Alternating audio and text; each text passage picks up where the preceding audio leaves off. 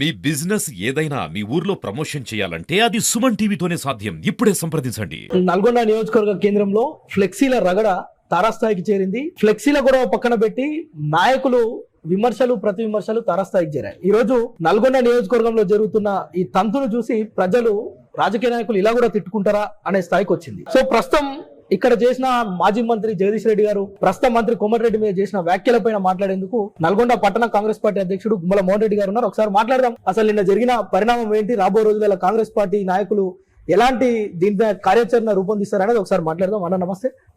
బాగున్నారా? ఓకే. నల్గొండ నియోజకవర్గంలో చిన్న వివాదం ఫ్లెక్సీలు తొలగించిన దానికి సంబంధించి, కానీ ఇక్కడికి వచ్చి ఒక మాజీ మంత్రి, ఇక్కడున్న మాజీ ఎమ్మెల్యే నాయకులందరూ కూడా మంత్రి కోమటిరెడ్డి ఒక తాగుబోతూ ఆయనకు సంబంధించిన గులాంగిరి చేసే రౌడీలు ఇక్కడ నల్గొండలో రౌడీజాన్ని పెంచి పోషిస్తున్నారు అంటున్నారు. మీకు విషయం చెప్పాలి. ఫ్లెక్సీల రగడ అంటున్నారు మీరు. అసలు ఫ్లెక్సీల పంచాయతే కాదు. మహాధర్నాను కార్యక్రమం తీసుకొని రైతులకు ఇబ్బంది అవుతుంది, అలాగే ప్రజలందరూ నష్టపోతున్నారు. టీఆర్ఎస్ ప్రభుత్వం పోయిన తర్వాత కాంగ్రెస్ పార్టీ మీద అబావద చేసి కాంగ్రెస్ పార్టీ మీద ఒక ధర్నా కార్యక్రమం తీసుకొని ఇక్కడ 11 మంది ఎమ్మెల్యేలు ఓడిపోయిన తర్వాత కూడా మా ఇజ్జత్ పోద్దని మాజీ మంత్రివర్యులు జగదీష్ గారు పోయి కేటీఆర్ కాలు పట్టుకుంటే ధర్నా కొట్టుకోండు. ఈ ధర్నా ఒప్పుకొని ఓ మా ధర్నా అని పెట్టింది. మా ధర్నా అని పెట్టినప్పుడు పోలీసులకు దరఖాస్తు పెట్టుకునే దాంట్లో ఆనవాయితీ ప్రతిపక్ష పార్టీ ఏదైనా కాదు. ఆ పెట్టుకునే క్రమంలో క్లాక్టర్స్ ఉంటారు. మా ధర్నా అంటే ఎక్కడ చేస్తారు? ఎన్జీ కాలేజ్ చేస్తారు. ఇంకా పెద్ద మైదానం కేసీఆర్ వచ్చే బైపాస్ లో ఒక మైదానం ఉంటుంది, అక్కడ ధర్నా పెడతారు. కానీ చిన్న క్లాక్టర్ సెంటర్ లో ఒక 1000-2000 మంది బట్టి దగ్గర తీసుకొని అది మా ధర్నా అని ఒక పెద్ద ఎత్తున క్రియేట్ చేసేసరికి పోలీసులకు ఒక అనుమానం వచ్చిందంటే ఈ మంది ఎంతమంది వస్తారు చెప్తున్నారు మా ధర్నా అంటే పెద్ద ఎత్తున చూడు పబ్లిక్ ఇబ్బంది అవుతుంది కాబట్టి ఈ ప్లేస్ మీకు అనువైంది కాదు అని మీకు వాళ్ళకు ఒక రిజెక్ట్ చేసిన క్రమంలో ఈ ఫ్లెక్సీల వివాదం ఏమైందంటే దీంట్లో ఫ్లెక్సీలు పెట్టిన మాట వాస్తవం. ఆ ఫ్లెక్సీలు అనేది ఏంటంటే మున్సిపాలిటీ పర్మిషన్ తీసుకొని లీడ్ స్పేస్ వాళ్ళు ఒక ఓటింగ్స్ ఆ ఓటింగ్స్ కట్టుకున్నప్పుడు దానికి మనం డబ్బులు ఒక నెంబర్ ఉంటుంది వాళ్ళ ఏజెన్సీ వాళ్ళకి ఫోన్ చేసి మనం ఏం చేయాలి, మాకు స్పేస్ కావాలి, ఆ ఓటింగ్ మేము డబ్బులు చెల్లిస్తాం, మేము ఫ్లెక్సీ కట్టమని చెప్పాలి. అది లేదు. ఇక్కడ ఉన్నటువంటి మాజీ ఎమ్మెల్యే అంటే కూడా నాకు ఒక బాధ అనిపిస్తుంది. ఎందుకంటే పింఛన్ ఎమ్మెల్యే, ఆ పింఛన్ ఎమ్మెల్యేకి ఏంటంటే ఆ పింఛన్ కొరకు ఎమ్మెల్యే ఏంటో ఆ పింఛన్ వస్తుంది, హ్యాండిక్యాప్కి వచ్చే పైసలు కూడా ఈ పింఛన్ ఎమ్మెల్యేకి వస్తుందని అందరూ ఓటీపీ ఎమ్మెల్యే అనేది ఇదివరకు గతంలో ఆయన మాట్లాడుతున్న క్రమంలో ఏమైందంటే ఈ ఓటింగ్స్ వాళ్ళు మున్సిపాలిటీ వాళ్ళకి ఏం చేశారంటే ఆ లీడ్ స్పేస్ వాళ్ళు ఒక కాంప్లైంట్ ఇచ్చిరట. మాకు తెలియదు. ఇచ్చినప్పుడు వాళ్ళు ఏదైనా మున్సిపాలిటీ వాళ్ళు వచ్చి అది తీసేస్తున్న క్రమంలో డిస్కస్ అయింది. ఆ డిస్కస్ అయినప్పుడు పోయి మాలాంటి వాళ్ళు మామూలు వాళ్ళ ఎమ్మెల్యే స్థాయిలో కాకుండా మాజీ ఎమ్మెల్యే స్థాయిలో కాకుండా పోయి అధికారులకు పోయి రిప్రజెంటేషన్ ఇచ్చి మామూలుగా ఇట్లుంది సార్, మాది ఒకసారి చూడండి, మాది మేము అన్ని అర్హతల ప్రకారం తీసుకుని చెప్పాలి. ఈ మాజీ ఎమ్మెల్యేకి ఏంటంటే కేసీఆర్ దగ్గర పోయి ఒకటి ఉంది, కేటీఆర్ దగ్గర పోయి అరే నేను పెట్టుకుంటే నువ్వు మొత్తం నల్గొండ మొత్తం జిల్లా మొత్తం నువ్వు ఐరన్ లెగ్ ఉన్నట్టుంది, టీడీపీలో నన్ను తిట్టి వచ్చాను, కేసీఆర్ తిట్టి వచ్చాను, కేటీఆర్ తిట్టి వచ్చాను, మమ్మల్ని తిట్టి వచ్చా నీకు సీట్ ఇచ్చినావు, సరే ఏదో మా కేసీఆర్ పుణ్యాన మా నాయన పుణ్యాన నువ్వు ఎమ్మెల్యేనావు, అయినాక ఈ నువ్వు మళ్ళీ గెలుస్తావు మళ్ళీ అనుకున్నావు, నిన్ను ఎంతైతే మా అభిమానం మీద గెలిపించావు నువ్వు అన్ఫిట్ అని చెప్పారు నల్గొండ ప్రజలు, మరి నువ్వు ఇటు చేస్తే నువ్వు వేస్ట్ కాదు, నేను తీసేస్తాను పార్టీలకి అన్నట్టు మాకు బోగట్ట. ఈ అనేక క్రమంలో మరి మహాధరణ పెట్టుకుని నేను హ్యాండిక్యాప్డ్ నాకు చేయలేదు కాబట్టి నాకు సింపతి వస్తుంది, మళ్ళీ నువ్వు రావాలన్నా కాలు పట్టుకుండు, జయశెడ్డి గారు కాలు పట్టుకుండు, ఆ జయశెడ్డి పోయి కేసీఆర్ కాలు పట్టుకుండు. కేసీఆర్ కాలు పట్టుకున్నప్పుడు ఏమైందంటే నేను 11 మంది ఎమ్మెల్యేలు ఆ రోజు ఉన్నారు, ఈ రోజు మొత్తం ఒక్కరు కూడా ఎక్కడ పోయాడు, నువ్వు వేస్ట్ అని మాదితే ఈ ధర్నాన్ని పెట్టింది. ఈ డ్రామా కార్యక్రమం ఉంది, ఇది డ్రామా. మీరేమో డ్రామా అంటున్నారు, వాళ్ళేమో కేటీఆర్ నల్గొండకు వస్తే కోమటిరెడ్డి పిల్లర్స్ కదులుతాయి, వాళ్ళ లీడర్లు కావచ్చు ఆయన రౌడీ మూకలు అంటున్నారు. ఆ రౌడీ మూకలు భయపడుతున్నారు, అందుకోసమనే ధర్నా అడ్డుకుంటున్నారు అని చెప్పి అంటున్నారు. మా పిల్లర్స్ కదులుతాయి అంటారు కదా, వాళ్ళు అన్నారు కదా. మేము ఒక మాట చెప్తా, ఇదే కేటీఆర్ గారు నల్లగొండలో రోడ్లన్నీ బంద్ చేయించి రోడ్ షో పెట్టుకుంటూ ఐటీ యాప్ ఓపెన్ చేసి క్లాక్టర్ సెంటర్లో ఇవన్నీ తిరుక్కుంటూ పోయిన ఆయనే కదా కేటీఆర్ కదా. అయ్యలు వచ్చింది, ఆయన వచ్చిపోయిన తర్వాత ఎమ్మెల్యే ఎలక్షన్ వచ్చినాయి కదా, అసెంబ్లీ ఎలక్షన్ వచ్చాయి. అసెంబ్లీ ఎలక్షన్లో ఇదే భూపార్లమెంట్ పక్క పెట్టుకొని రోడ్డు మీద పోతూ మందలించుకుంటూ పోకు నడుచుకుంటూ పోయింది కేటీఆర్, రోడ్ షో చేసిండు. మీరు బాగా గుర్తుండొచ్చు మీకు, ఐటీ యాప్ చేసినాక.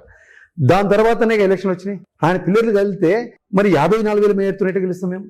మా దగ్గర ఉన్నటువంటి నిబద్ధత, మా కాంగ్రెస్ పార్టీ నాయకులు కావచ్చు, కార్యకర్తలు కావచ్చు, అభిమానులు కావచ్చు, కోమటిరెడ్డి వెంకట గారి మీద అభిమానం నిబద్ధత 20 సంవత్సరాలు ఎమ్మెల్యే చూసిన తర్వాత మళ్ళీ కావాలన్న దాంట్లో కేటీఆర్ కాదు, ఆయన తాత వచ్చిన కేసీఆర్ వచ్చిన, కేసీఆర్ తాత ఇంకా ఉంటే ఇమాన్స్ ఇప్పుడు రావాలిగా రాసు, కేటీఆర్ కొడుకు ఇమాన్స్ వచ్చి ఆయన సభ పెట్టాల్సి వస్తుంది లాస్ట్కి వస్తానికి. వాళ్ళ ముగ్గురు వచ్చి పెట్టిన కోమటిరెడ్డి వెంకట గారి మీద ఉన్న అభిమానం ప్రజలు ఇయలేదు. ఇక్కడ ఉన్నటువంటి మీరు చెప్తున్నట్టు వాళ్ళ పిల్లలు గెలిస్తే మాకు గెలిదే ఉంది.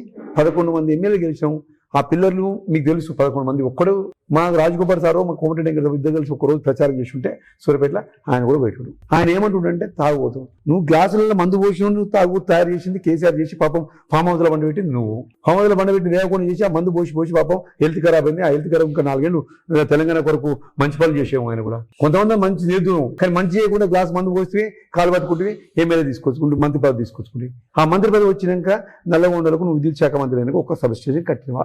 కనీసం ఎస్ఎల్వి స్వరంగా తీసుకొస్తానని కేసీఆర్ గారు ఆ రోజు మాట్లాడింది. నువ్వు మంత్రిగా ఉన్నావు అన్న, నీ మాట పోతుంది కుర్చీ చేసుకొని కడతాను. ఆ రోజు మనం ఇదే భూపాలరెడ్డి టీడీపీ గవర్నమెంట్ కూడా కేసీఆర్ నువ్వు చేరేసుకొని కడతాను ఎక్కడ పడినావని అడిగిండు. మరి ఆయన ఎమ్మెల్యే పెట్టుకున్నప్పుడు నువ్వు కేసీఆర్ గారు తీసుకొచ్చి ఆ కుర్చీ చేసుకొని సొరంగం చేస్తే మంచి వాళ్ళందరూ ఏలేవాళ్ళ ప్రాజెక్ట్ కనుక నువ్వు కనుక కంప్లీట్ చేసి ఉంటే భూపారెడ్డి కావచ్చు చేసి మంచి వాళ్ళందరూ. ఇది అలా మా చిరుమతి లింగయ్య గారు కూడా తీసుకుపోయాం ఏలేవాళ్ళ ప్రాజెక్ట్ చేస్తే ముగ్గురు పోయినా కానీ కాలేదు. మళ్ళీ ప్రియతమ నాయకుడు కోమటిరెడ్డి వెంకటరెడ్డి వచ్చిన తర్వాత జరిగినది మీకు తెలుసు. ఈ మందు తాగే విషయం తెలంగాణ సంస్కృతిలో ఉన్నటువంటి ప్రతి ఒక్కరు మందు తాగుతారు, కళ్ళు తాగుతారు అని చేస్తారు. మా నాయకుడు ప్రజానాయకుడు. మామూలుగా ఫ్రెండ్షిప్లో మందు తాగడం ఇవ్వలేరు. దాదాపు 90% తాగుబోతులు చేసింది కేసీఆర్. ఏ రాష్ట్రం లేని మందు తాగబెట్టి నువ్వు అలవాటు చేస్తే కంపల్సరీ అలవాటు అయ్యారు. దాని గురించి తాగు గురించి మాట్లాడితే చీప్ అయిపోతాం మనం. కానీ అన్న ఒక విషయం, నల్గొండకి ఒక కనగల్లో జరిగే కార్యక్రమాలకు వస్తూ తాగి ఆఫీసర్లను బెదిరించడం వల్లనే ఆ ఫ్లెక్సీలని తొలగించారు. ఆఫీసర్లు కూడా కేవలం కోమటిరెడ్డి ఏజెంట్లుగా వ్యవహరిస్తున్నారు. దానికి ఒక 2 లీడర్లు, ఆయన చెంచాలుగా ఉన్న 2 లీడర్లని పదే ఆరోపిస్తున్న పరిస్థితి. చెంచాలు అందే మీరు రౌడీలు అన్నాడు, రైట్ హ్యాండ్ లెఫ్ట్ హ్యాండ్ అన్నాడు. నువ్వు రాజకీయాలకు భూపాలరెడ్డి అనే వ్యక్తి రాజకీయాలు రాకముందుకే మేము కోమటిరెడ్డి రైట్ లెఫ్ట్ ఉన్నాం. గత 20 ఏళ్ళకెళ్ళి ఉన్నాం. నీలాగా సుఖేంద్ర దగ్గర నుంచి, నీలాగా చంద్రబాబు నాయుడు దగ్గర నుంచి, నీలాగా మన బాలయ్య గారి దగ్గర నుంచి, వాళ్ళ దగ్గర నుంచి వీళ్ళందరినీ మర్చిపోయి వచ్చి కేసీఆర్ దగ్గర రాలేదు. మేము రాజకీయాలకు వచ్చింది మా నాయకుడు మమ్మల్ని జడ్పీడీ చేసినా కౌన్సిల్ చేసినా మేము అందరూ ఆయన బట్టే ఉన్నాం. ఇప్పుడు ఉన్నాం, ఇక ఉంటాం, ఎప్పుడు ఉంటాం. దీంట్లో ఎలాంటి క్లారిటీ చెంచా మేము బాగా రైట్ లెఫ్ట్ దాంట్లో ఏం సందేశపడాల్సిన అవసరం లేదు. మేము చేస్తూ తిరుగుతున్నాం. వాస్తవం అది.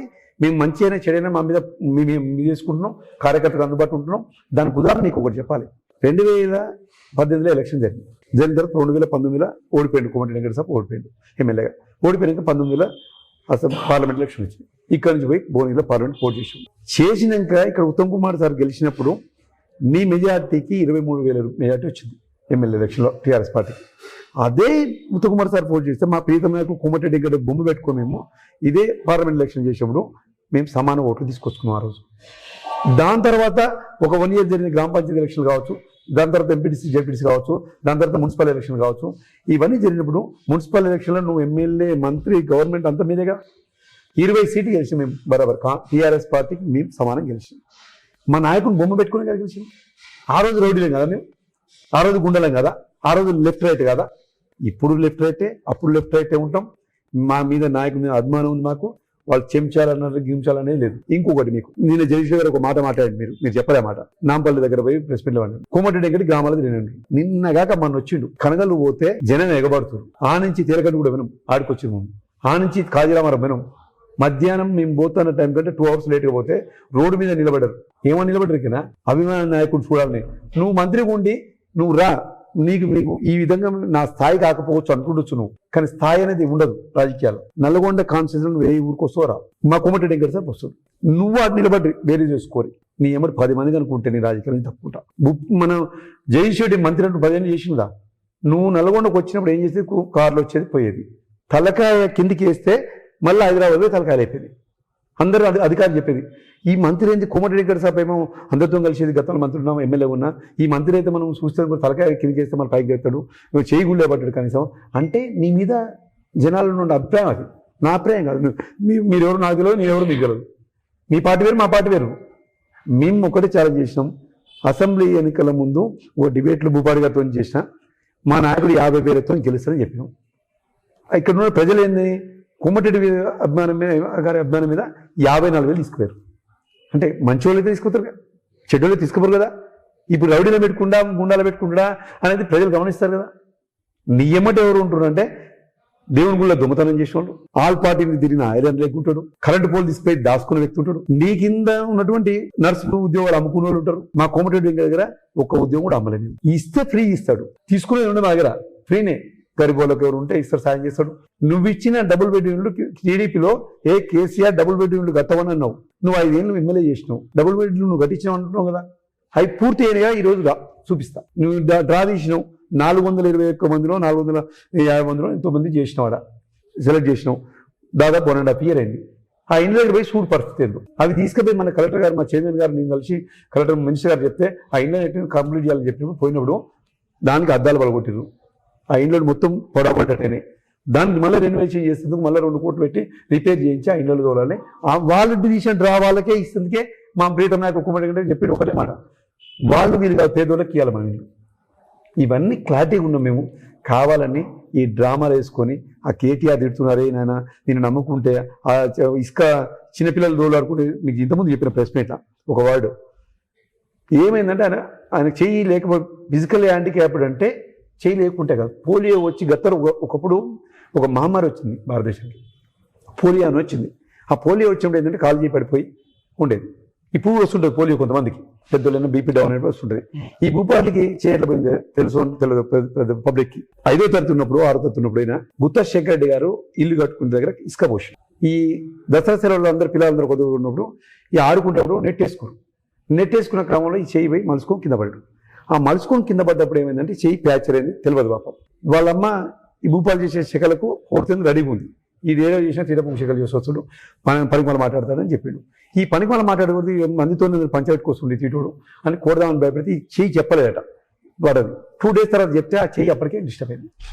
అప్పుడు ఉన్నప్పుడు నాకాడ ఉన్న మిత్రులుగా మా కాంగ్రెస్ పార్టీ వాళ్ళుగా నేను అది నా భూపాడు పాపం అంగవైకల్యం ఉంది ఆయన కానీ అడిగినప్పుడు ఇదంతా స్టోరీ చెప్పి నాకు. సరే మంచోడు కదా, మనం ఎందుకు అందరికి చేయలేకుండా కూడా చాలా కష్టం ఉంటుంది అంటే. నిన్న భూపారెడ్డి గారు ఏం చేశాడంటే మున్సిపల్ ఛాంబర్కి వెళ్ళి అరే తొక్కుతా అంటుండు మన మున్సిపల్ చైర్మన్. ఈ తొక్కుతా అంటుండు ఒక చేయి లేదని తొక్కుతుండు, మరి 2 చేతులు మున్సిపల్ చైర్మన్ ఏం చేయాలి, భీమందరం ఏం చేయాలని ఆడిపోయి చూద్దామని పోయినాం.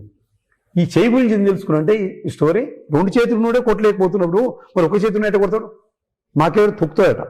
ఈ భాష చూసినప్పుడు ఎందుకంటే ఈ చేయట పోయి తెలుసుకోవాలనుకునేగా అనుకున్నప్పుడు ఈ కింద పడ్డప్పుడు అయినప్పుడు ఉస్మాన్ హాస్పిటల్ పోయి కట్టేస్తే ఈ కట్టేసిన క్రమంలో ఏమైందంటే అది చెడిపోయింది.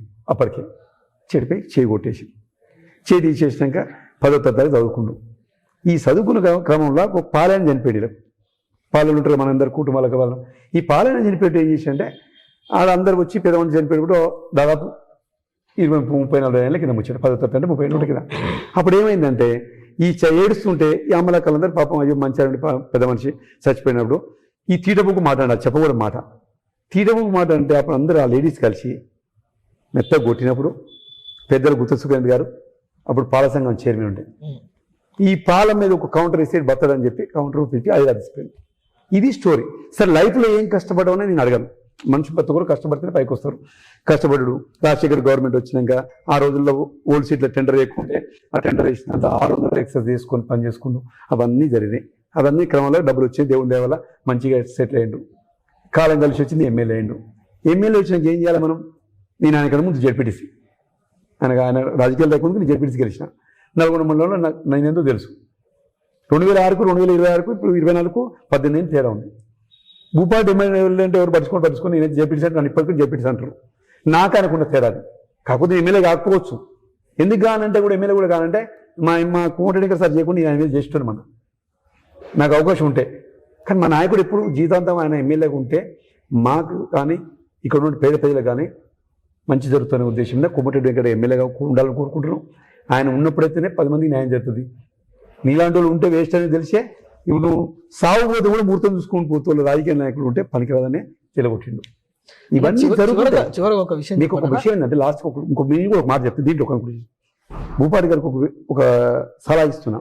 నీకు ఐరన్ లెగ్ కానీ గుళ్ళ దొంగతనం చేస్తున్నారు కానీ ఇంకా నియమటి చిల్లరగాలు వాళ్ళందరినీ పక్క పెట్టి నువ్వు ప్రజల్లో ఆదరిస్తే 5 ఏళ్ళ తర్వాత నువ్వు ఎమ్మెల్యే పోటీ చేస్తావా చేయవా ఆలోచించుకో.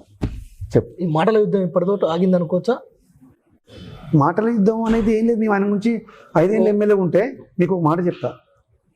5 ఏళ్ళు ఎమ్మెల్యే ఉన్నా కానీ మేము భూపాటి పేరు ఎక్కడ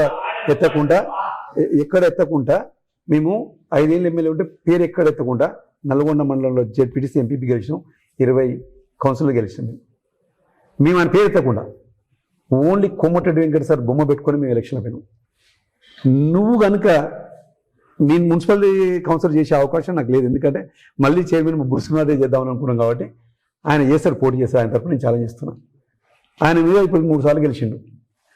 రేపు నువ్వు ఏం చేస్తావు చెప్పి నల్గొండ కాన్స్టిట్యున్సీలో ఆ నల్గొండ మున్సిపాలిటీలో మా బురిసింహారెడ్డి గారు చేస్తాడు.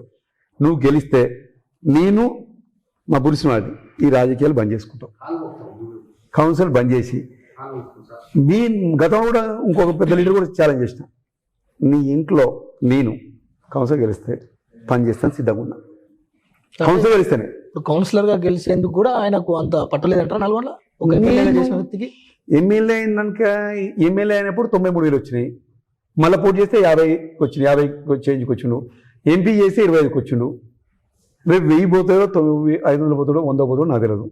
ఛాలెంజ్ చేస్తున్నావు కదా, నువ్వు పెద్ద లీడర్ కదా, రైట్. నువ్వు రా, ఎలక్షన్లు వస్తున్నాయి, నీకు పోటీ చేసే అవకాశం కూడా లేదు. మళ్ళీ వేరేది చేసి జడ్పీటీ చేస్తాను చెప్పు, ఏడ పోటీ చేస్తావు చెప్పు.